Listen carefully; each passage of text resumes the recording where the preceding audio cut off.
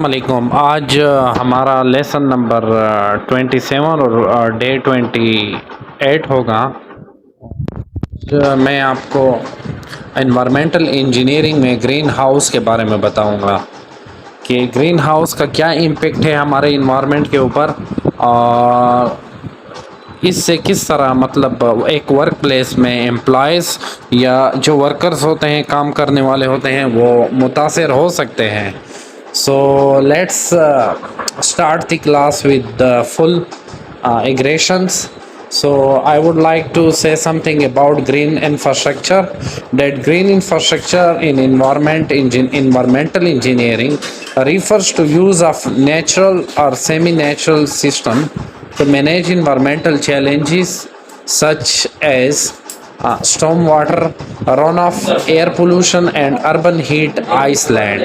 Example of green infrastructure include देखें। जो green infrastructure है वो इन्वायरमेंटल इंजीनियरिंग में जो है ये सेमी नेचुरल सिस्टम होता है जो कि मैनेज करता है हर किस्म के चैलेंजेस, और वो चैलेंजेस हैं storm water run of, air pollution, urban heat. देखें अक्सर स्टॉर्म वाटर जो बारिश के साथ तूफ़ानी पानी आ जाता है, और एयर पोल्यूशन हवा के साथ जो पोल्यूशन होती है, और अर्बन हीट जो रूरल्स और अर्बन एरियाज़ में जो हीट स्टॉर्म्स होती हैं, जो हीट होती है, उसकी एग्जांपल्स हैं इंफ्रास्ट्रक्चर्स में green roof and walls, urban forest and tree planting, rain garden and bioswales, permeable pavement and pavers, green space and parks, wetlands and ponds, green corridor and wildlife habitats, urban agriculture and community gardens। तो देखें आपने क्या करना होगा। Green roofs अक्सर हमने देखा होगा मुख्तलिफ जगह पर गाड़ियों के लिए हमने ग्रीन रूफ्स बनाए होते हैं, जिसमें या ग्रीन वॉल्स हमने बनाए होते हैं, या उसके साथ साथ हमने अर्बन एरियाज़ में फॉरेस्ट जंगलात लगाए होते हैं या ट्रीज़ की प्लांटेशन की होती है, रेन गार्डन्स एंड बायोवेल्स किए होते हैं, ग्रीन स्पेसिस हमने बनाए होते हैं, पार्क्स बनाए होते हैं, वेटलैंड्स बनाई होती हैं, ग्रीन कॉरिडोर्स बनाए होते हैं एंड वाइल्ड लाइफ हैबिटेट्स। तो these are all things which is necessary to bring change in environment.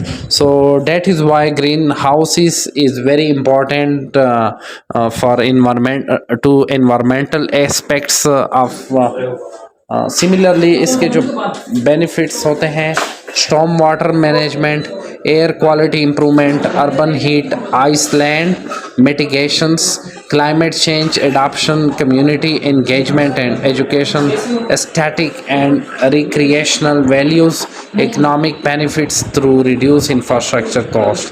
तो इसके जो जब हम ग्रीन इंफ्रास्ट्रक्चर करते हैं तो इससे मतलब एक तो हमें जो तूफ़ानी बारिशें आती हैं उसकी हम मैनेजमेंट कर सकते हैं, इसके साथ हमारी एयर क्वालिटी बेहतर होती है, अर्बन हीट आइसलैंड मिटिगेशन होता है। सुनिए हाँ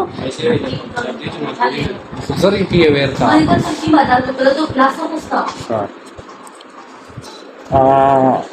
उसके साथ साथ aesthetic and recreational values, economic benefit through reduce infrastructures.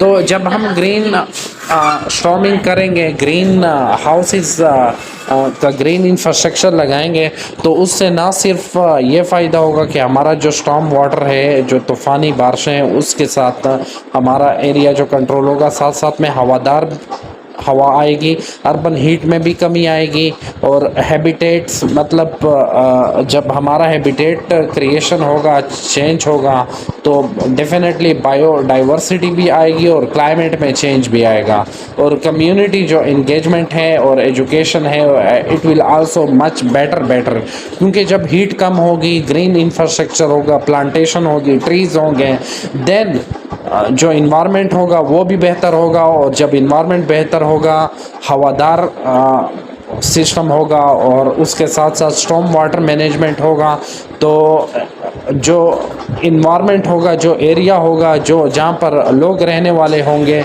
जिस हैबिटेट में लोग रहने वाले होंगे, देन इट विल मैं बन रहा सही हुआ। So design and implementation consideration, site selection and assessment.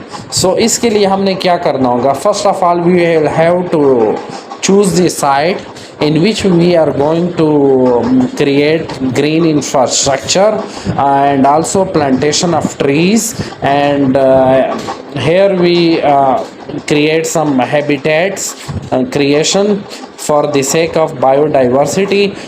उसके साथ hydrologic and hydraulic analysis, soil and vegetation selection.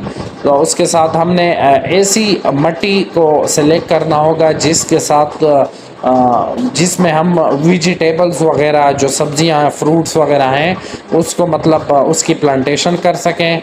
और साथ साथ में हमने integration with existing infrastructure, community engagement, और साथ में हमने कम्युनिटी को इंगेज करना होगा। जैसा कि भाईजान आजकल प्लांटेशन का दौर चल रहा है, so every must have to engage yourself in growing plantation, और सबको चाहिए कि वो कम्युनिटी को इंगेज करे प्लांटेशन में, specially in this area. Monitoring and evaluation, green infrastructure can applied in various setting including urban areas, watersheds, transportation corridors, industrial sites, public space and parks. By incorporating green infrastructure into environmental engineering projects, we can create more sustainable, resilient and environmentally conscious solutions. So similarly जैसा कि आप सबको पता है कि after the definition and explanation and explaining of objectives and its outcome, I always focus on scenario based study. So today the example can be shown by city X is densely populated urban areas with a history of frequent flooding during heavy rainfalls. The city's stormwater drainage system is outdated and overwhelmed, causing flooding in residential and commercial areas. ये कह रहे हैं कि एक city है जिसको हमने X से डिराइव किया हुआ है, जहाँ पर अर्बन पॉपुलेशन रह रही है, और इस की हिस्ट्री है कि यहाँ पर अक्सर फ्लड्स आते रहते हैं और हैवी रेनफॉल होता है, और जहाँ पर स्ट्रॉम वाटर ड्रेनेज सिस्टम जो है वो पुराना हो चुका है और बर्बाद हो चुका है, जिसकी वजह से अक्सर फ्लड की सिचुएशन रहती है रेजिडेंशियल और कमर्शियल एरिया में। जिस तरह आजकल आपने मुख्तलिफ सिटीज़ देखे होंगे, बन्नू का तो आजकल drain system is much better best and best है, जबकि कोहाट पिशावर एरिया के जो ड्रेन सिस्टम है, स्पेशली रावलपिंडी एरिया का जो ड्रेन सिस्टम है, it is not much better. So वहाँ पर जो कमर्शियल एरियाज़ हैं या रेजिडेंशियल एरियाज़ हैं, वहाँ पर अक्सर जो है फ्लड की सिचुएशन आती रहती है। सो सिमिलरली इसका जो ऑब्जेक्टिव है कि अब हमने ग्रीन इंफ्रास्ट्रक्चर को डेवलप करना है और साथ साथ में हमने सिस्टम को मिटिगेट करना है, ताकि अर्बन एरियाज़ में फ्लडिंग जो है वो कम से कम हो। और डेफिनेटली जब अर्बन एरियाज़ में हमने ग्रीन इंफ्रास्ट्रक्चर को डेवलप करेंगे तो उसके साथ साथ जो ऑब्जेक्टिव्स हमने ऊपर पढ़े थे कि इन्वायरमेंट को क्या फ़ायदा मिलेगा, तो वो सब कुछ क्लियर होगा। तो इसमें कंस्ट्रेंट स्पेस, सबसे पहले आपने अगर न्यू इंफ्रास्ट्रक्चर बनाना होगा तो उसमें आपकी हाईली पॉपुलेशन डेंसिटी होगी। उसके साथ साथ existing drain system can not be expanded, limited budget. तो ये हमें कंस्ट्रेंट आ रही हैं, प्रॉब्लम्स आ रही हैं, और उसको हमने किस तरह प्रपोज करना है।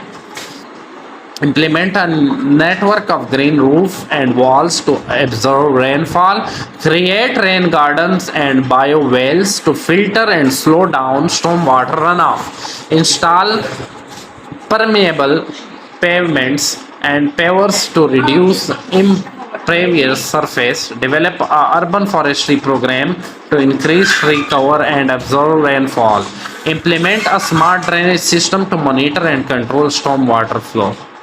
सो सिमिलरली इसका बेनिफिट क्या होगा, एक तो हमारे पास जो रिड्यूस फ्लडिंग होगा और प्रॉपर्टी को जो डैमेज होगा वो कम होगा, उसके साथ वाटर की क्वालिटी इंप्रूव होगी और इसके साथ साथ एरिया जो है ग्रीन हाउस स्पेसिस का वो इंप्रूव होगा और साथ में जो कम्युनिटी इंगेजमेंट और एजुकेशन होगी वो भी इम्प्रूव होगी और उसके साथ साथ इकोनॉमिक बेनिफिट्स भी हमें मिलेगा। सो इम्प्लीमेंटेशन प्लान हमने किस तरह प्लान करना है, conduct community outreach and engagement, conduct site assessment and feasibility studies, design and install green infrastructures. तो हमने साथ साथ में कम्युनिटी को भी आउटरीच करना है, ये बात पहुंचानी है कि ग्रीन इंफ्रास्ट्रक्चर की क्या इम्पोर्टेंस है और क्या मतलब हमें ऑब्जेक्टिव इससे हासिल होंगे। साथ साथ में हमने साइट की असेसमेंट करनी है, फिजिबिलिटीज़ बनानी है, डिज़ाइन करना है इंफ्रास्ट्रक्चर और इसको परमानेंटली इंस्टॉल करना है हमारे ग्रीन इंफ्रास्ट्रक्चर में और उसके बाद इसकी हमने डे टू डे मॉनिटरिंग करनी है और इसके मेंटेन और अपग्रेडेशन पर काम करना है।